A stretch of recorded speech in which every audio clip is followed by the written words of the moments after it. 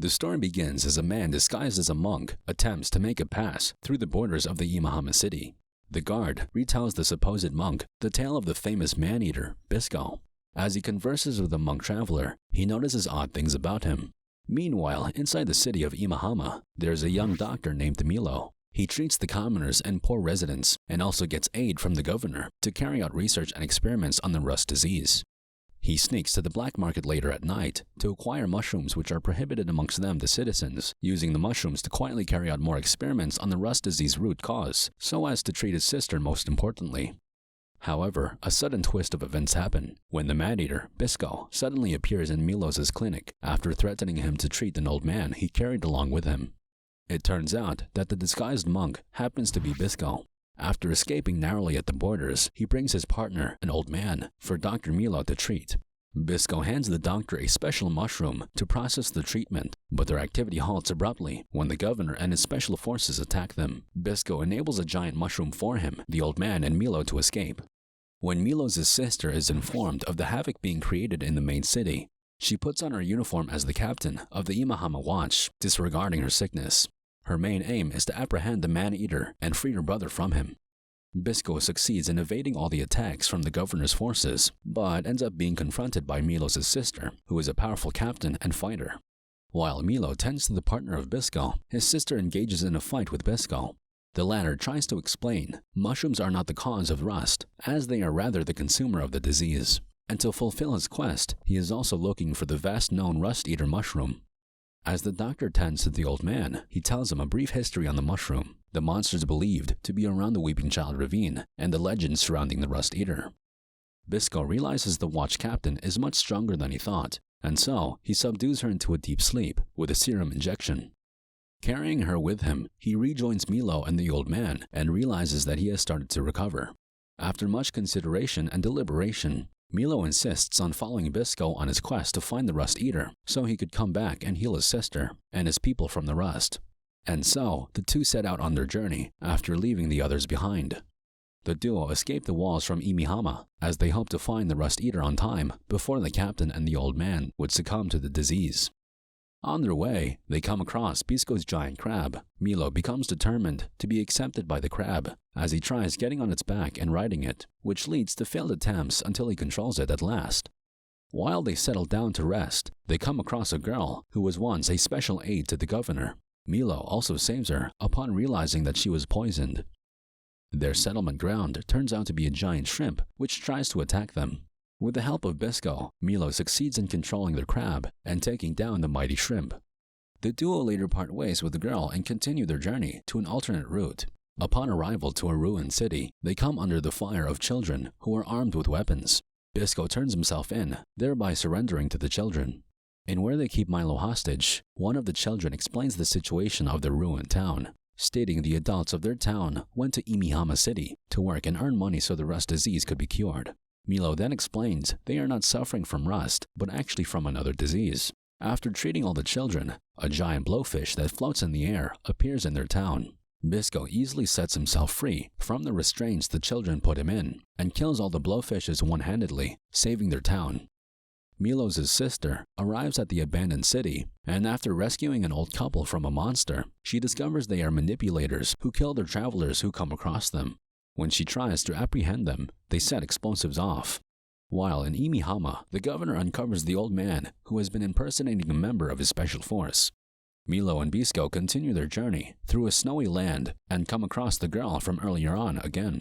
This time, she is nearly frozen to death. Milo saves her again, and after treating her, the three journey to the entrance of the train station, where they meet some type of traders with a different dialect. They arrive at the train station, and with the help of the girl, she reactivates the old machine in use so they could use the train without old coins. Later at night, Milo upholds the information about the Rust Eater from the book they came across, which was written by a mushroom keeper. As they depart, they part ways with the girl again, but this time as friends. Nearing the edge of the valley, they see a giant flying snake that supposedly leads to the Rust Eater. As they attack it without being fruitful in the fight against it, Milos' sister appears as she charges at Bisco, ready to attack him. When the captain attempts to fight Bisco, the giant flying snake reappears and grabs her alongside it. Milo, together with the crab, hijacks the monster, attempting to bring it down and free his sister. After severing a claw from the crab, the monster still swallows Bisco and Milo. They manage to kill it and escape from the mouth after mushrooms sprout in its mouth. They finally have access to the Rust Eater, but Bisco tastes the mushroom and dismisses it from being the antidote they seek for. Milo, however, discovers when it touches the blood of the Mushroom Keeper, its potential activates. Milo's sister then has a different perspective on Bisco and accepts him as a good person after realizing that he is not the bad guy after all. She leaves for Imihama with the antidote of the rust for her and the old man, but unfortunately, the governor gets hold of her and keeps her as a prisoner. Same with the old man. After imprisoning the watch captain, a broadcast from the base is aired on a vast channel. During the airing of the message, the governor shows how he has Milo's sister with him as hostage and how he would continue to torture her until they bring the rust antidote to him. After engaging in a fierce argument with Bisco, Milo declares he would go. He induces the former into a deep sleep and heads to the basement to rescue his sister and the old man. Milo pretends to reveal the secret to the governor but attacks him unexpectedly. However, the governor has prepared beforehand as he shoots Milo with a serum that weakens him and turns him into a puppet. Meanwhile, the old man escapes from prison and advances to set Milo's sister free. Bisco appears and saves Milo from the governor's hold. After rescuing, they rejoin the old man, fleeing together. Weighing their current situation, the old man decides to stay back and hold off the special forces so the duo can escape with ease. The damage affects Milo badly as a few shots knock him down. He has a dream and wakes up just to find out he is blind and severely wounded by the rust. Bisco calms him down and injects the antidote the captain sneaked to him earlier, heading to face the governor. At the main base, empowered by the government, the governor shows the old man around as he explains the rust wind is fueled by the Japanese government and produced artificially so that the increase for demand would be prominent.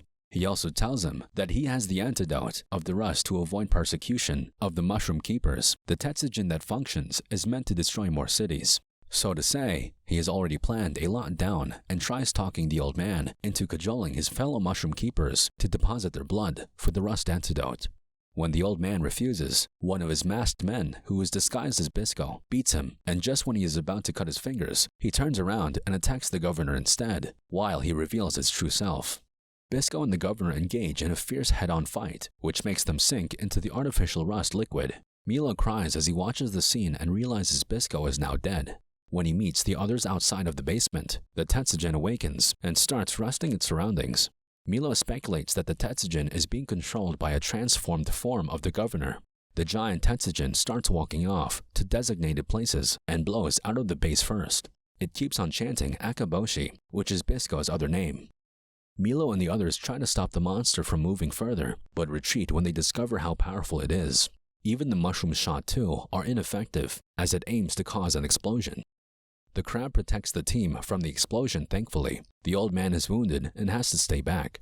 Milo advances to attack the Tetsujin so it could stop. He realizes the monster aims for the ruined city and where the armed children live. Immediately, the children notice the enemy approaching. They abandon their own town and try their best to escape. Milo comes in time and stops the monster from attacking the children. It ignores his attacks and destroys the town regardless.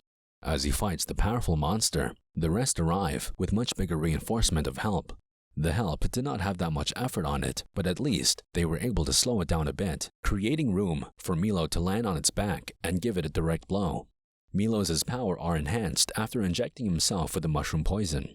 As Milo cuts its back open, the monster comes to a standstill, and the onlookers think it has died.